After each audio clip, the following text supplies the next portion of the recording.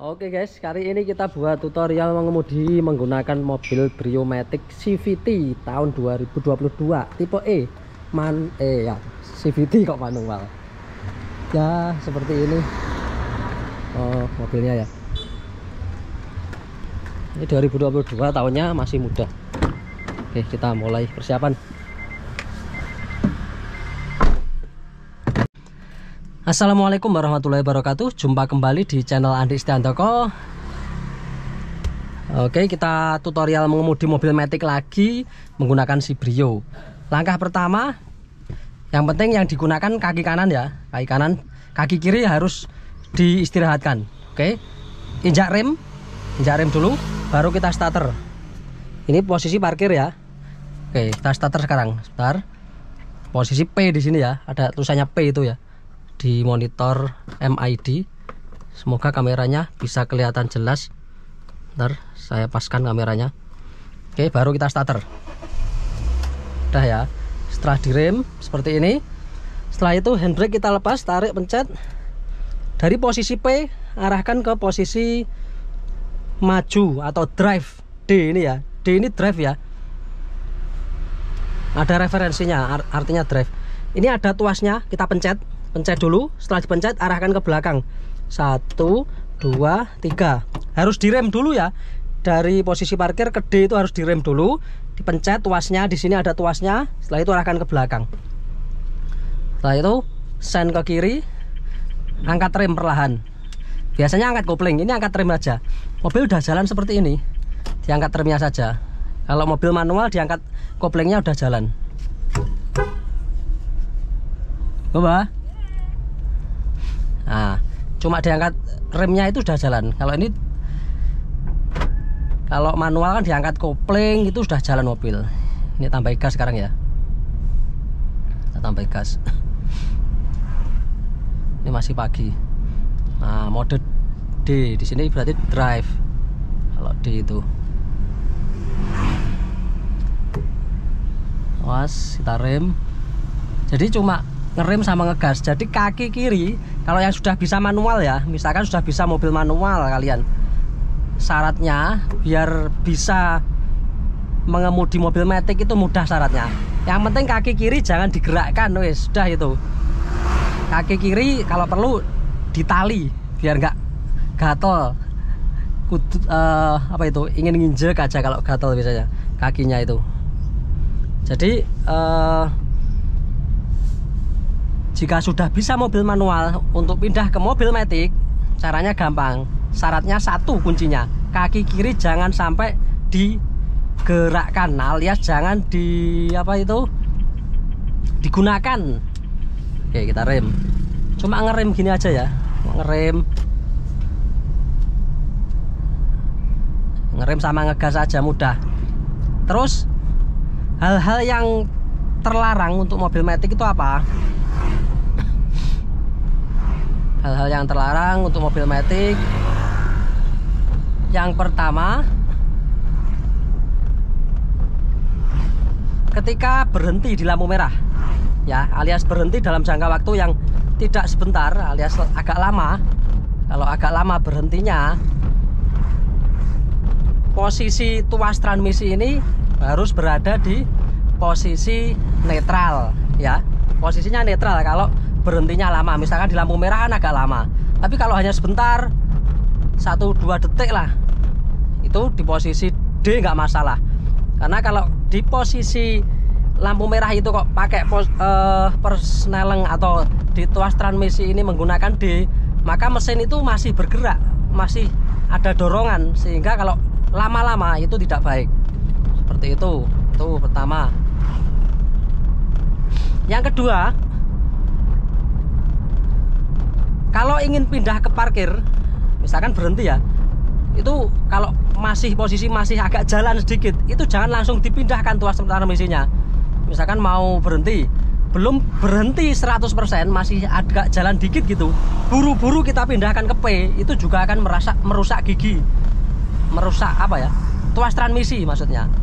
Tuh yang kedua, larangan kedua. Larangan ketiga, kalau mau mundur, mau gigi mundur, itu pastikan mobil itu sudah berhenti baru dipindah gigi mundur. Kalau mobil belum berhenti, jangan langsung dipindah ke R gitu. Dipastikan mobil benar-benar berhenti biar transmisinya awet. Ketiga itu. Yang keempat, larangan keempat. Bentar. Nah, ini kalau di perempatan seperti ini, kita rem aja, udah mikir kopling, udah akan mati mesin ya. Kita rem aja. Kita lihat kanan kiri, kita ngerem saja. Nah, setelah itu kita gas. Sudah gitu aja, nggak mikir lah, nggak ngerem sama ngegas kayak motor gitu ya, motor matic gitu, persis. Oke, saya lanjutkan. Larangan yang keempat, dilarang mendorong mobil ketika mogok. Nggak boleh matic itu didorong.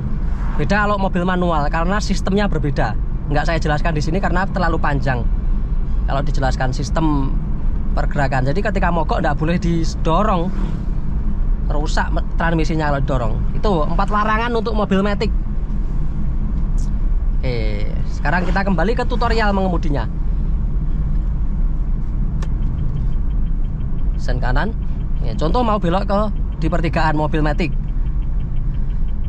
cukup ngerem saja ya. Setelah itu kita tambah gas karena kurang. Mudah sekali. Ini mesin nggak takut-takut mati, nggak mikir ngopling, nggak mikir ngurangi gigi ya. Cuma ngerem, kalau kurang kecepatan ya tambah gas gitu aja. Kalau sudah cukup ya jalan pelan-pelan gitu. Oke. Berikutnya saya jelaskan. Di tuas transmisi di sini ada mode S, mode sport.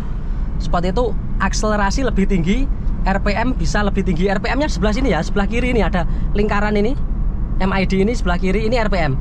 Kalau kita pindah ke mode S, mode sport, itu RPM-nya tinggi karena dia mengambil akselerasi yang tinggi. Alias untuk pindah gigi 1 ke 2 itu RPM-nya dimaksimalkan sehingga kecepatannya lebih kenceng dan lebih enteng untuk tarikan. Jadi untuk nyalip-nyalip itu pakai S, mode S. Misalkan ingin kenceng nyalipnya ya. Contoh bentar. Kan nyalip itu butuh tenaga yang ekstra. Nah, supaya lebih bertenaga mobil ini pindah ke S. Itu fungsi S salah satunya. Yang kedua, intinya untuk kenceng ya, untuk kenceng.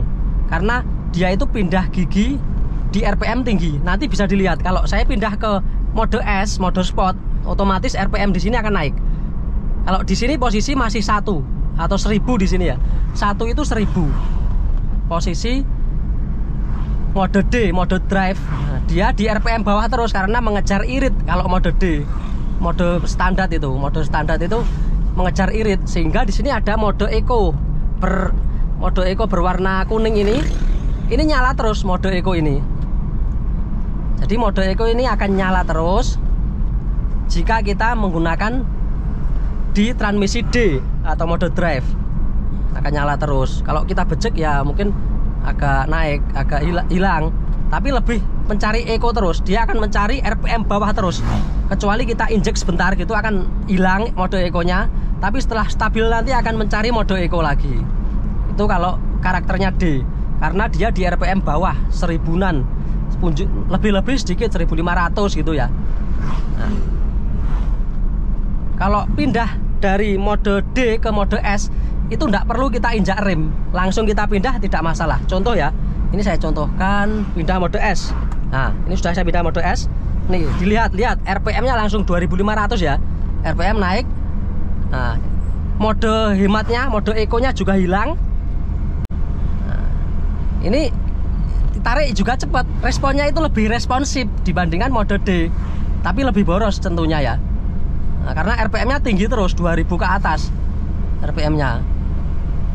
Tapi untuk nyalip, untuk lari kenceng, ini cocok sekali mode sport seperti ini. Ini bukan second gear ya. Ada yang mengatakan second gear itu tidak benar. S ini sport. Kalau second gear gigi 2 ya nggak bisa lari. Kalau ini lari kenceng ini buat lari. Jadi untuk pindah ke D ke S, dari D mode D ke S itu nggak perlu nginjak rem. Kalau pindah D ke L tanjakan L itu untuk tanjakan gigi 1 sampai 2 kalau mode L. Oke, kembali lagi ke mode D ya, langsung pindah D. Nah langsung gitu aja, nggak perlu direm, langsung kita sambil ngegas juga nggak masalah, nggak ada efeknya. CVT kan halus, karakternya halus. Kalau mode L, dari D ke L, apakah nginjak rem? Sebenarnya nggak nginjak rem pun bisa, tapi biasanya nginjak rem. Kenapa? Karena biasanya kan melambat ya, melambat. Kecuali di tanjakan yang sangat tinggi sekali, mungkin nggak perlu nginjak rem karena sudah lambat posisi mobil, sudah lambat, maka langsung ke L. Nggak apa-apa. Yang jelas mobil harus lambat dulu ya. Jangan dari lari kenceng langsung pindah L, itu juga nggak bagus. Harus mode lambat. Contoh di tanjakan yang curam, itu kan lambat ya, kita langsung pindah L, nggak masalah. Karena L itu gigi 1 sampai 2 untuk Honda Brio ini. Kecepatan maksimal di mode L ini adalah 40 km per jam rata-rata. Itu sesuai kecepatan yang direkomendasikan ketika kita menggunakan mobil manual di gigi 2. Gigi 2 menggunakan maksimalnya kecepatan sekitar 40-an. Itu guys. Nah, ini menghadapi perempatan, kita coba ngerem saja perlahan gini. Rem perlahan. Oke, tambah gas dikit-dikit. Nggak akan mati mesinnya ya, ngerem perlahan, maju dikit-dikit, lihat kanan kiri, udah nggak akan mati mesinnya. Itu guys, enak sekali. Dan karakter Honda itu memang fun to drive ya, rasanya memang enak banget.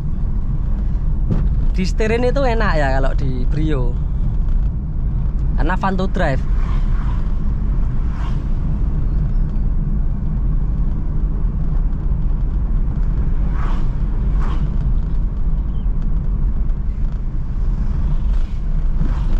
Ini mode D ya. Kalau mode D lihat ini RPM-nya di bawah terus ya. Dia selalu mencari akselerasi yang rendah. Maksudnya akselerasi yang terhemat gitu ya. Mode D itu dia mencari yang paling hemat, RPM bawah. Nah, dia otomatis mencari sendiri. Oke, kita rem perlahan. Ini truknya mau belok kanan. Cuma ngerem seperti ini aja ya, ketika ada halangan. Mudah sekali. Tinggal nambah gas lagi. Misalkan mode D kita bejek ya, misalkan mode D ini kita bejek, coba saya kick down. Oh, lemot. Jadi nggak bisa langsung responsif gitu. Nah, dia akan mencari mode eco lagi. Tapi kalau mode S kita bejek lebih responsif. Kita coba, kita mode S sekarang, kita langsung aja, nggak perlu kita injek rem, cuma tuas transmisinya kita pencet, kita pindah S, kita bejek, oh, langsung jut gitu ya. Tetap beda, emang ini mode sport gitu guys. Kita kembalikan lagi, pencet, pindah D lagi. Mode L nggak saya gunakan karena ini nggak ditanjakan. Kalau ingin nyobain juga nggak apa-apa. Kalau harus pelan syaratnya kalau mode L. Kalau nggak pelan itu nggak sesuai, tidak pas. Karena kecepatan maksimumnya gigi 2 itu 40. Jadi kalau ingin di mode L itu ya kecepatan katakan 20 km per jam gitu ya. Gas. Sen ke kiri. Rem.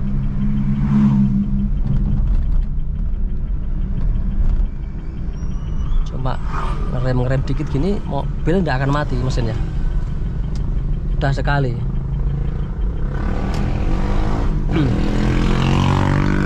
Gak silau.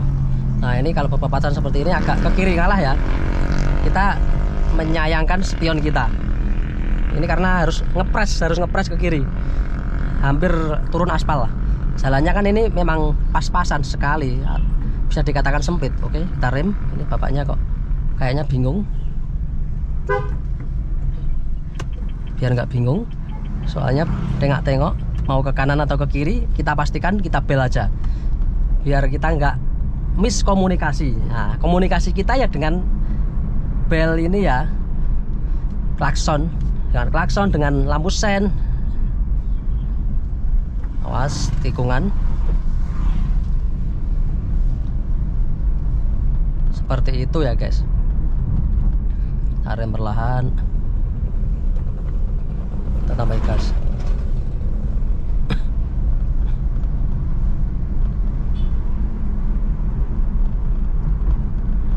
Kalau ingin lari kenceng, jangan mode D kalau pakai Brio Matic. Pindah mode S, mode Sport. Ya, itu. Tapi kalau ingin cari hemat, kita pakai mode D sehingga dia mencari mode hemat. Ini ada tandanya warna kuning seperti itu. Dan menggunakan mobil Matic itu kelebihannya nggak mudah capek gitu ya. Tapi sensasi berkendara bagi yang suka sensasi berkendara motor sport itu memang lebih suka manual ya. Seperti Civic Type R yang terbaru itu punya Vitra Air itu juga manual. Oke, sen kanan pelan-pelan, agak ke kanan sengaja. Karena kenapa? Itu sudah bapaknya sudah tua, biar nggak kaget kalau kita terlalu mepet kan kaget. Sebenarnya agak mepet bisa, tapi kaget nanti. Saya agak pol kanan, antisipasi kejutan biar nggak mengejutkan. Itu loh guys.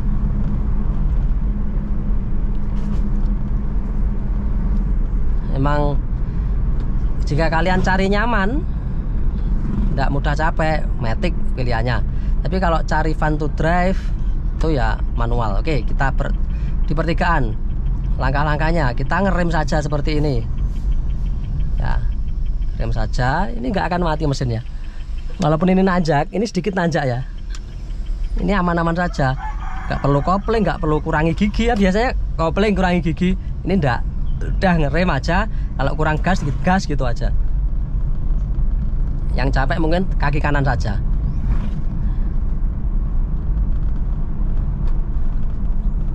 Kan juga nggak pindah-pindah gigi. Kalau kita di D saja kalau jalan-jalan rata seperti ini. Kalau nggak kebut-kebutan. Jadi tangannya juga nggak capek itu. Enak sih. Belajarnya juga lebih cepat. Kalau ingin seperti pembalap ya pakai manual. Ada sensasinya yang menarik. Nah, karena kalau Matic itu perawatannya pun juga membutuhkan uang lebih dibandingkan manual. Manual perawatan lebih hemat. Oke, sen kiri, kita mau belok kiri guys. Kita mulai rem, pengeriman yang halus ya, mobil Matic. Oke, langsung kita putar setirnya pelan-pelan. Ini aja, nggak mikir apa-apa, nggak takut mati mesin. Jadi fokus, kalau belajar biasanya lebih fokus ke mengendalikan kemudi, mengendalikan setir. Nggak fokus di bawah cuma paling ngerem. Ini di jalan yang nggak rata ini. Itu enaknya gitu loh guys. Kalau mobil Matic gitu, nggak terlalu capek. Tapi kalau masalah perawatan memang banyak.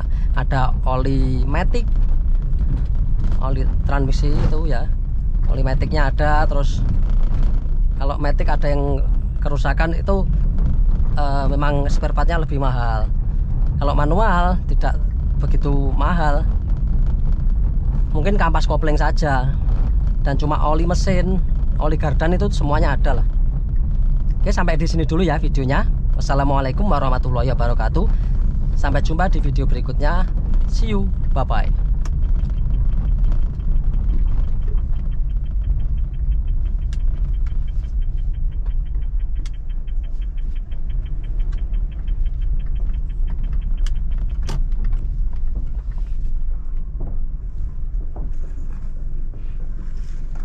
Kita rem saja.